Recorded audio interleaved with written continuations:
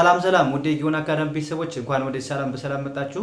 ዛሬ ደግሞ እጅግ አስፈላጊ ትምህርት ይዤላችሁ መጥቻለሁ ማለት ነው። እንግዲህ ከባለፈው የሚቀጥለው አስፈላጊ ሁልጊዜ የምንጠቀማቸው የእንግሊዝኛ ቃላቶች አሉ። ከንግግራችን የማይጠፉ ሁሌም የምንጠቀማቸው ቃላቶች አሉ። እነሱን ቃላቶች እንዴት በቀላል መንገድ ማንበብ መጻፍ እንደምንችል እናያለን ማለት ነው። ስለዚህ ቪዲዮውን እስከ መጨረሻ ማየት እንዳትረሱ። እንዲሁም ለቻናላችንም አዲስ ሆናችሁ ቤተሰቦች ላይክ፣ ሼር፣ ሳብስክራይብ እያደረጋችሁ ቤተሰብ ሁኑ። ኦንላይን ለመማር የምትፈልጉ ቤተሰቦች በማንኛውም ሰዓት በመደወል አማርኛ፣ እንግሊዝኛ፣ ሂሳብ እንዲሁም ሌሎችን ትምህርት እያስተማርን ስለምንገኝ በፈለጋችሁ ሰዓት ደውላችሁ መማር መከታተል ትችላላችሁ። አሁን ቀጥታ ወደ ትምህርቱ እንሄዳለን ማለት ነው። ያ እንግሊዝ ጋር የምታያቸው ምንድነው እንግሊዝ ፕሮናውን ብለን እንጠራቸው አሉ። በአማርኛ ተወላጠስ ስም ይባላሉ። ያ ማለት ምንድነው? ስሞችን የሚተኩልን ነገሮች ከበደ አለሙ በምንለው ፋንታ የምንጠቀማቸው ቃላቶች አሉ እዚህ ጋር። እነሱን እንዴት በቀላል መንገድ ማንበብ መጻፍ እንደምንችል እናያለን ማለት ነው። መጀመሪያ ማን አለ? አይ አለ። አይ እንደምታውቁት ምንድነው እኔ ለማለት ነው የምንጠቀመው። እኔ ለማለት ፈልጉ አይ ትላላችሁ። ከዛ ዋይ ወይ ዩ ምን ብላችሁ ማንበብ ነው? ዩ ብላችሁ ማንበብ።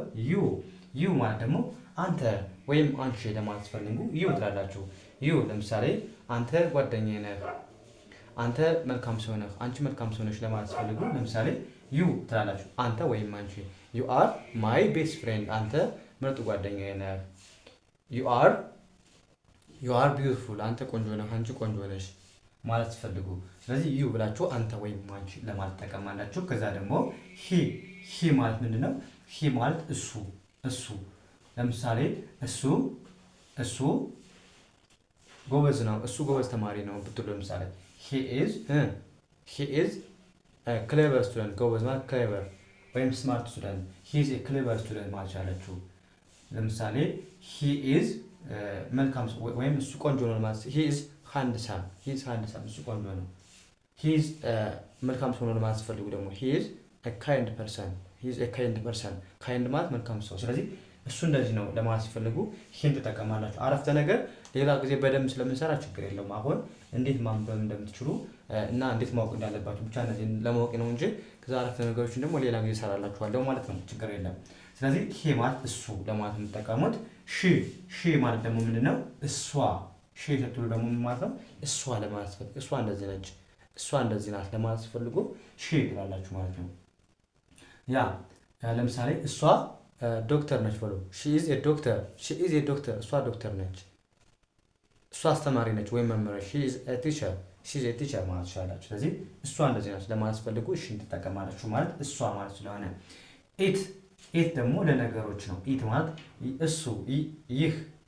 እሱ ወይም ይህ ለማለት ለነገሮች መናገር ሲፈልጉ ለነገሮች ነው። ይሄ እንደዚህ ነው፣ እሷ እንደዚህ ናት፣ እሱ እንደዚህ ነው ለማለት ሲፈልጉ ለነገሮች ማለት ለሰዎች አይደለም። ስለዚህ ኢት ማለት እሱ ነው የሚገልጽልን ለነገሮች ማለት ነው። ለምሳሌ it is good ጥሩ ነው፣ it is new አዲስ ነው፣ it is easy ቀላል ነው እያላችሁ ትገልጻላችሁ ማለት ለነገሮቹ ኢት እንደዚህ ነው ለማለት ሲፈልጉ ማለት ነው። ያ ዊ ማለት ደግሞ ምንድነው? ዊ ማለት እኛ ማለት ነው። ይቅርታ ዊ ስትሉ ደግሞ ምንድነው? እኛ። ለምሳሌ እኛ እንደዚህ ነን፣ እኛ ጓደኛሞች ነን፣ እኛ ቤተሰቦች ነን ስትሉ ዊ አር። ለምሳሌ እኛ ጓደኛሞች ነን ስትሉ ዊ አር ፍሬንድስ፣ እኛ ጓደኛሞች ነን፣ ዊ አር ስቱደንትስ፣ እኛ ተማሪዎች ነን ለማለት ፈልጉ ዊ አር ስቱደንትስ፣ እኛ ተማሪዎች ነን አላችሁ። ዊ ማለት እሱን እኛ ለማለት የምትጠቀሙት ማለት ነው። ያ ከዛ ዴይ ማለት ደግሞ አሁንም ዴይ ማለት እነሱ።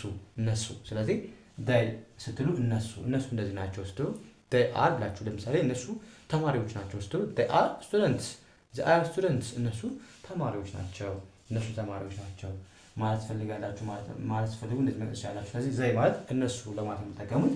ከዛ ማይ፣ እነዚህ ደግሞ ማይ፣ ዩር፣ ሂዝ፣ አወር ማለት ደግሞ እነዚህ ደግሞ በአንድ ምን ይባላሉ? ፖሰሲቭ ፕሮናውን ወይም የስም አመልካች። እሱ ባለቤትነት አመልካች ስም ሳይሆን ባለቤትነትን የሚያመለክቱ። ለምሳሌ ማይ ስትሉ ባለቤትነት የኔ እያላችሁ ነው አይደል? ስለዚህ ባለቤትነታችሁን ያመለክታል፣ የኔ እያላችሁ ነው። ስለዚህ ማይ ማለት የኔ ማለት ነው። ማይ ማለት የኔ። ለምሳሌ ምን ትላላችሁ? ይሄ እስክሪብቶ የኔ ነው ብል ለማለት ፈልጋ ለምሳሌ this is my pen፣ ይሄ ማርከር ነው። በእርግጥ this is my ማርከር ትችላለህ። ለምሳሌ ይሄ የኔ ማርከር ነው ስል this is my ማርከር፣ የኔ ማርከር ነው አልኩ ማለት ነው። ስለዚህ ባለቤትነትን ይገልጻል ማለት ነው። ባለቤትነት ይገልጻል ማለት ነው። ወይም ባለቤትነት አመልካች ማይ ማለት የኔ ማለት ነው ብላችሁ ያዙ። ከዛ ዩር፣ አሁንም ዩር ስትሉ ምንድነው? ያንተ ወይም ያንቺ ማለት ነው። ዩር ማለት ያንተ ወይም ያንቺ። ይህም ምን ይገልጻል ማለት ነው?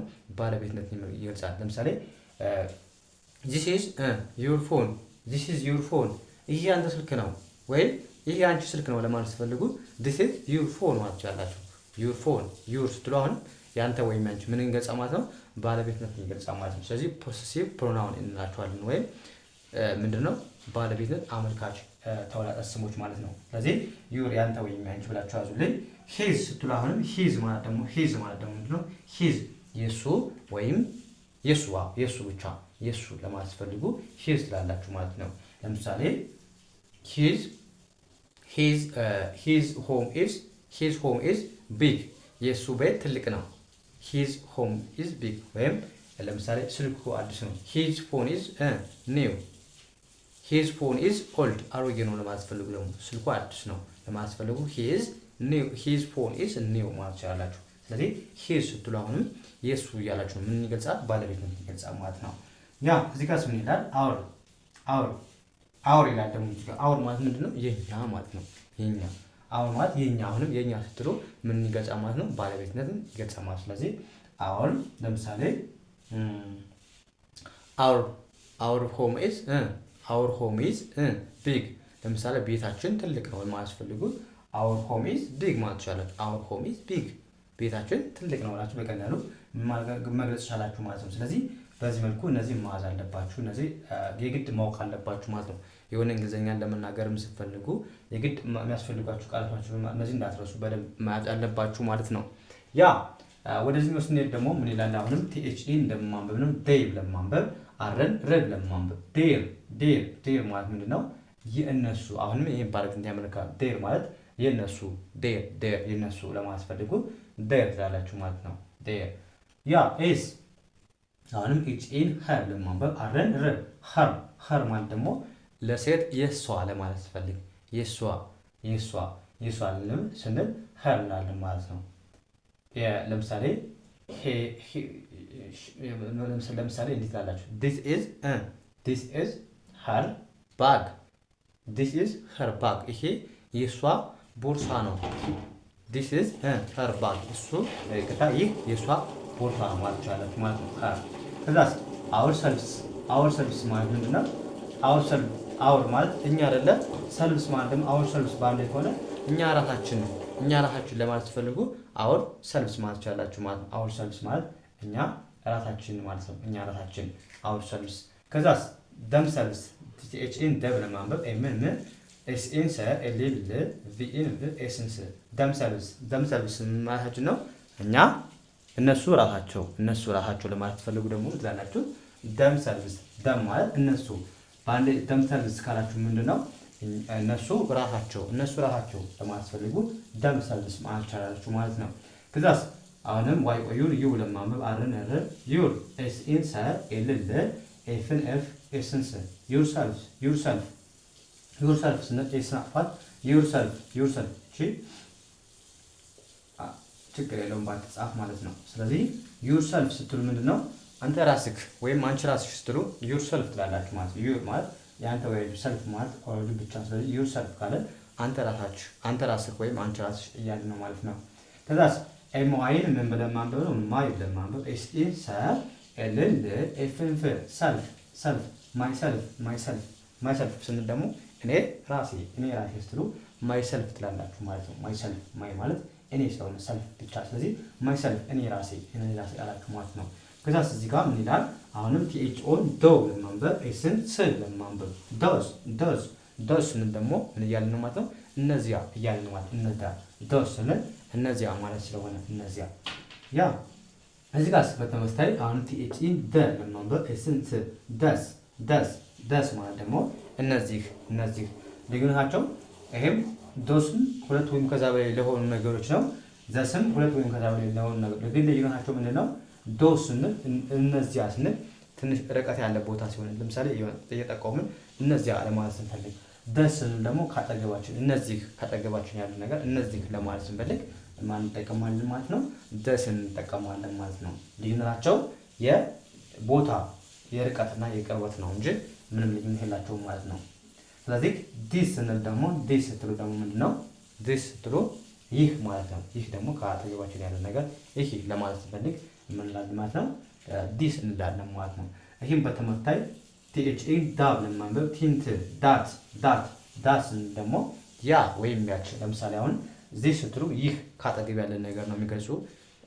ከዛ ዳ ስትሉ ደግሞ ትንሽ ራቅ ያለበት ያ ወይም ያች ስትሉ ትንሽ ራቅ ይላል ማለት ነው። ስለዚህ የቦታው ጋፕ ነው እንጂ አጠቃቀማችሁ ተመሳሳይ ነው። ስለዚህ ዳ ስትሉ ያ ወይም ያች ለማለት ነው።